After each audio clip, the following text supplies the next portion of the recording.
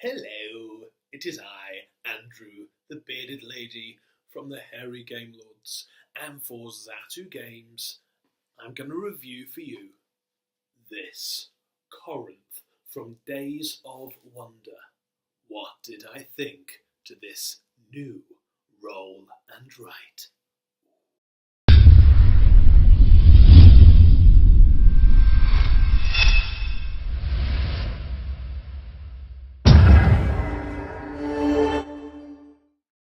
Right, well, before I tell you what I think to this, why don't we go find out how it's played? Over to the table. Okay, so here we have all that is needed for a game of Corinth. Here we go. I'm going to use this box for a dice tray. How clever and resourceful of me. So, this board here is the harbour board. Things to point out on said board. We've got loads of different districts here. So there's 3 or 4 different districts, the different coloured districts. There is gold and there is goats. Fun. So what will happen here is there's a whole load of different things going on for you to do each go. So first of all, as you can see, if you're playing 2 to 3 players, then there is all of these goes to have there. If you're playing 4 players, then everybody crosses out the first 2 kind of turns there and then moves on to these goes here. So let's have a go, shall we? What the first player does is they take all of the white dice, they give them a shuffle into the dice tray. See what I've done there? And then what they do is they place the highest dice, which is that 1, 6 there. That is placed into the gold region. Then they take the lowest dice number, and that's the 1, and that goes into the goats sectione. And then after that, we've got the 2. This is actually quite a good roll. We've got 3, 4, and 5. Now that was a very good roll because all of the districts are covered. Now, any of these yellow dice could have been purchased by the first player for 1 gold coin. So if that was the case, then the player would have crossed out that little gold coin there. So everyone starts off with 1 gold coin and 1 goat. But as it was, the yellow dice was not purchased and therefore not bought. After the first player, if, say for instance, a yellow dice had been bought and it was placed here because it was in the roll as well, after the first player chooses a set of dice, the yellow dice would be removed. So you may think, well, what's the point of the yellow dice? Well, the yellow dice can add, obviously. So let's go on. So basically, if first player took this 6, this dice here, then they would cross, or they would get 1 coin. So they would, because they've selected a district that has 1 dice in, it's not the number on the dice, but it is the number of dice per district. So these, whoever selected this would get 1 golden coin, therefore circling it on their sheet. The same is true for the goats. If the player 1 went for the dice there, they would circle 1 of their goats to show that they have got a goat. But that's boring. I think as player 1, I would probably go for this here. So I've got 3 dice there, And so what I could do is I'm delivering to one of these 3 stores. So I would cross off 3 to one of these stores. So if I were to cross off, I would probably cross off those there. So let's do it. That, there. So I've delivered 4 of these items to the shop. Now, 3, sorry, to this shop that needs 4. So it's pretty straightforward, basically. You keep on going until you have filled all of that quota in that district to the shops. Now, it's important to add that I can't start crossing off. So say like on my another go, there was an opportunity to get 2 dice from this district. I can't go and cross off those 2 until that shop that has been started is completed. Now, when you complete a store order, you can then get those 10 points from said store. So the rules say, why not give that little circle there?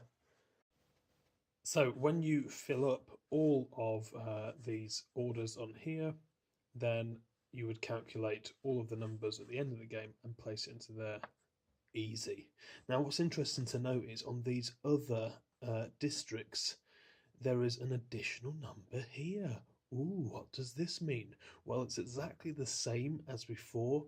You're going and you're getting the number of dice, not the number on the dice, but the number of dice, and you are crossing off the orders. But if you are the first person or the first player to get all of your orders completed in that district, then not only do you get these points, like everyone else does, but also if the first player gets an additional 3 bonus points. The same is true for this zone and this zone. So the first players to complete their orders in these districts get this additional bonus point added to their totals here. Now, as soon as they get that, that is circled, and everybody else then has to put a cross through that because they can't get it any longer. Yes, they can get these, but they can't get that bonus. Nice. So as what happens is someone takes their go, and so they put a line through that because that's their go gone. They've taken these dice, so then the next person will take probably these dice, and then everybody's had their go and these have been removed, blah de blah. Then the next person, so the person to the left becomes the first player. They put a line through this. They put a line through their dice, and it goes round. So basically, you get quite a few goes at this. So if you're playing 2 to 3 players, then you get 18 turns at this sheet. And if you are playing 4 players, you get 16 turns in total. So there's quite a lot going on, well, quite a lot of turns to be had to effectively fill up this sheet. And that's what you're wanting to do. You're wanting to be able to fill everything up. So we've covered the districts, we've covered the turn orders. What else is on this card? So obviously there's the gold, which you circle when you get, as well as the goats, and then when you use them, you put a cross through them. What do you need the gold and the goats for, I hear you ask? Well, obviously we've mentioned already you can buy some of these yellow dice if you so wish. 1 dice will cost you 1 gold coin. Alternatively, you could come down here and you could put the gold and the goats to good use in buying or building some buildings.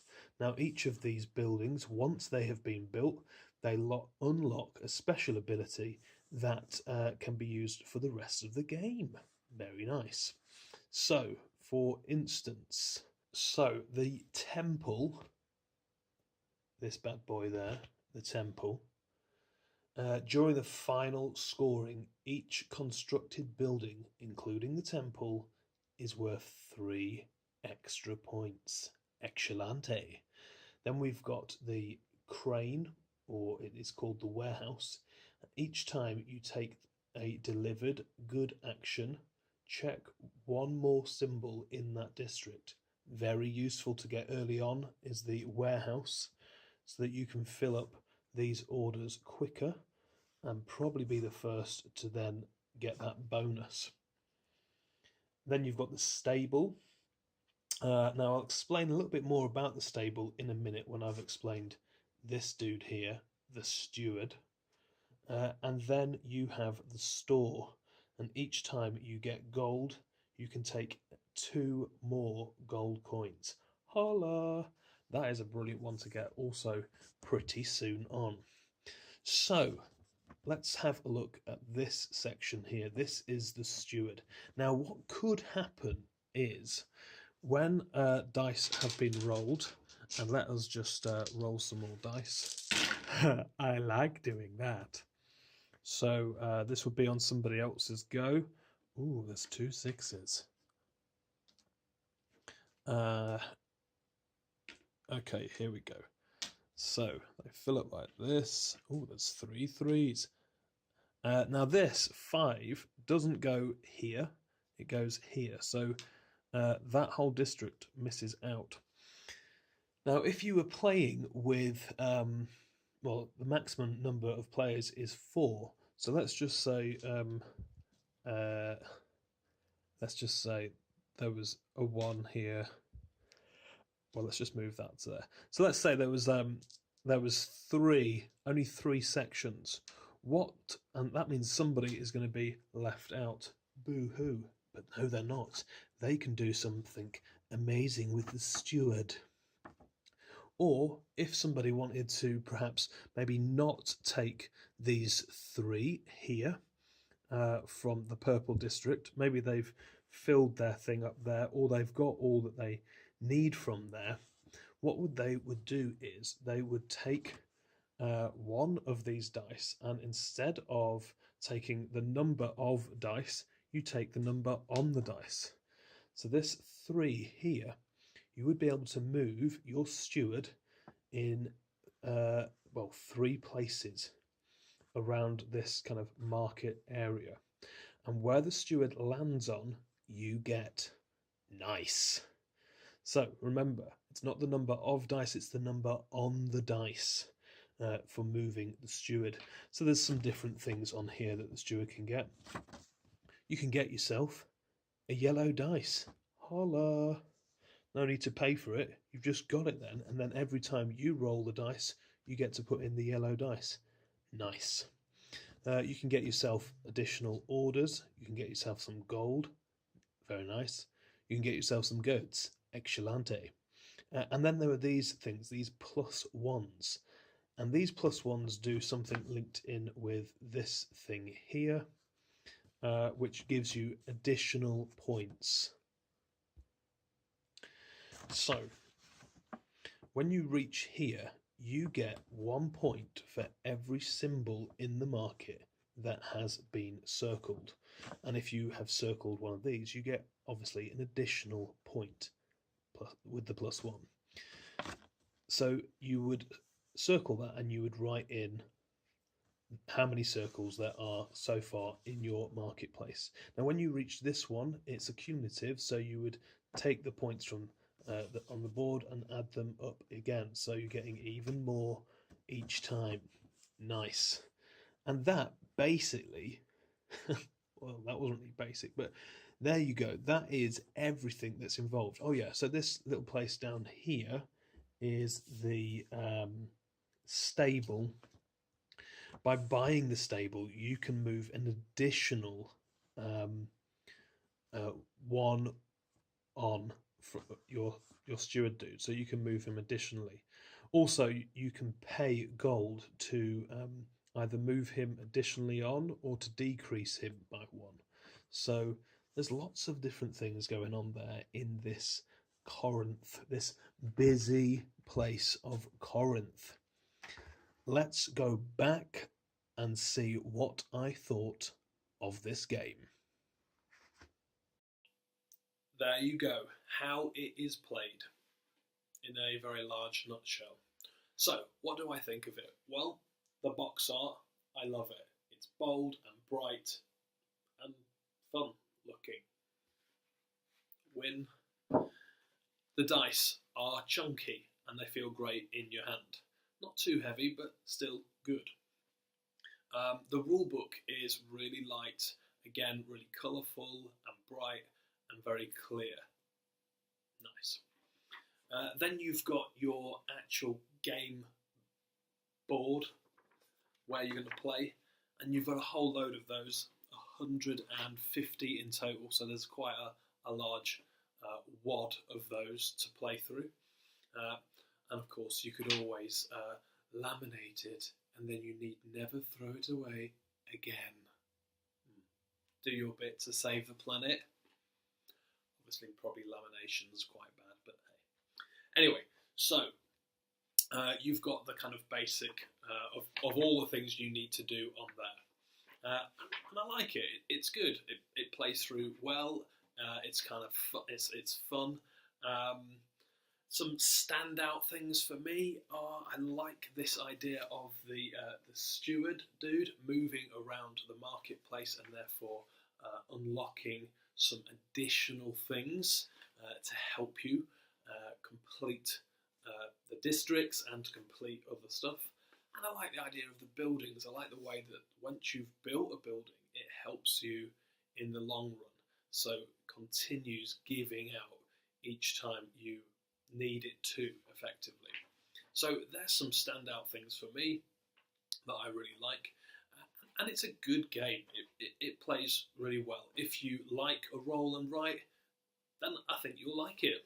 If you have never played a roll and write before, well, this is a really good place to start. And I think this is good for younger children as well. It's not too confusing. And so I think this is a really good, I'm going to say it, gateway game to the whole roll and write genre. So it was a good game and I enjoyed it. And of course, Zatu, I've got it on their website at a brilliant price. So, I mean, it's a game that costs less than £20. And check out Zatu, it'll be even cheaper. It's worth having in the collection. Do it. What are you waiting for? Just go get it. You'll enjoy it. It's fun. It's a great gateway. Kids can enjoy it as well as adults. Why am I doing this all the time with my hand? Just go get, it's happening. Just go get the game and enjoy it.